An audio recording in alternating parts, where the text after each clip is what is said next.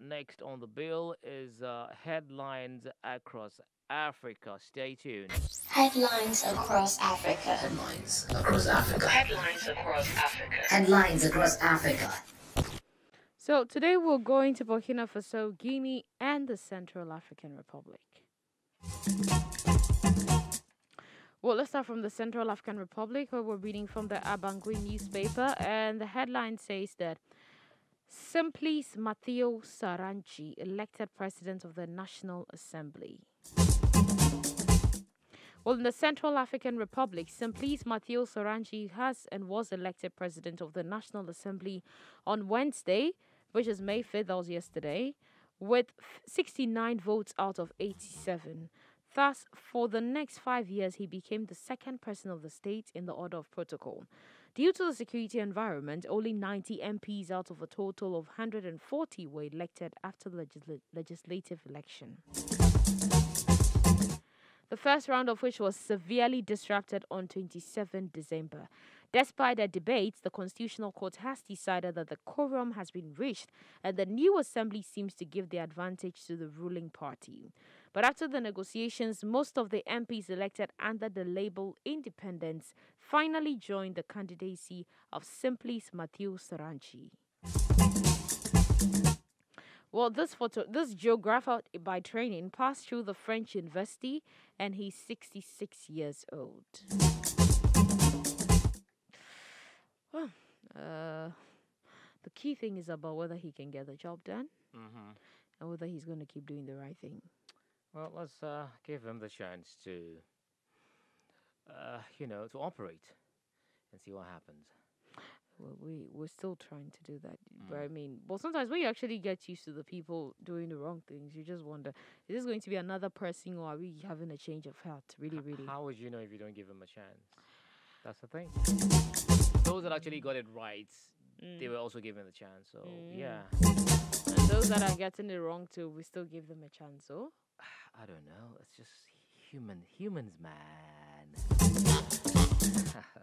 Okay. Well, moving on to we're reading from the Sedwaya newspaper in Burkina Faso, and the headline says Thomas Sankara University project affected people go to the cash register. Last time I heard cash register, reminded me of high school, secondary school. Yeah, Go supposed to the pay registrar. something. Yeah, you go and pay to the cash register. I know, right? Well, those affected by the construction project of the Thomas Sankara University in the municipality of Saba went to the cash register on Wednesday, 5th May 2021, to enter their checks. Money. After more than 5 years of negotiations, it is finally the end of the tunnel for the 396 landowners, 365 buyers, and 84 operators affected by the construction project of the Thomas Sankara University. Indeed, on Wednesday, 5th May, they each received a check based on the damage caused and the investments on the ground. At a cost of about 5 billion CFA francs, this compensation, which took too long to materialize, took into account several aspects, according to the university's president, Achima Thiombiano. Well, according to him, the first step was to identify the people affected by the project and then to identify their assets. In the meantime, we realized that, indeed, between the declarations, particularly in terms of field of area and the reality on the ground, there was a surplus of more than 250 ha. So we had to go into a phase of negotiations with these populations to stabilize the area that took us a year and a half. And that's after that we entered the financial assessment phase. So, for example, several compensation models were offered to the populations of the 12 villages that were affected by the project, but also to the purchasers and operators, Thiombiano said. Well, that's a story coming from. I mean, I think it's good that they're building a university in the for name of Thomas Sankara. Sankara. Oh yeah. That is my icon, man. Thomas Sankara. I love that man. I love. What's that one of the man key too. things he did that you like a lot? A lot. I can mention one. I think he I mean, did just a I'm lot of just great thinking one things. thing that resonates with you. That thing that everybody needed to be educated. Everybody had to be educated one way or the other. I think I like the women Like the yeah. one I in think that that's state that. of it, yes. It's around that same space because Sankara is outstanding. Yeah. Okay. Well, finally, from the Guinea news, Mm. the headline says, closing the borders with Bissau, the misfortune of motorists, the heart of bouquets, motorcycle taxis. Well, beyond urban transport in Bouquet, some motorcycle taxi groups cross the borders by connecting Guinea-Bissau through the town of Kontabani in Kebo, located hundreds of kilometers from the capital of Bouquet Prefecture. In this difficult trajectory, others still manage to make a return, and it makes them a lot of money despite the risk. Many young people from the urban commune of Bouquet make motorcycle taxis between Bouquet and Guinea-Bissau.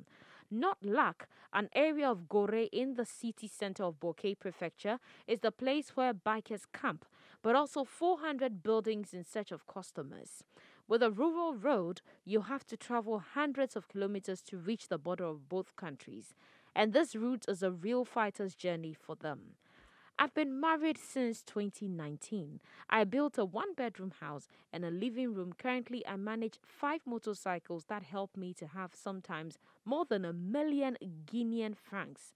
But the problem is the security guards posted on the back-to-school side of Guinea who require us to pay sometimes 2,000 CFA francs just to pass.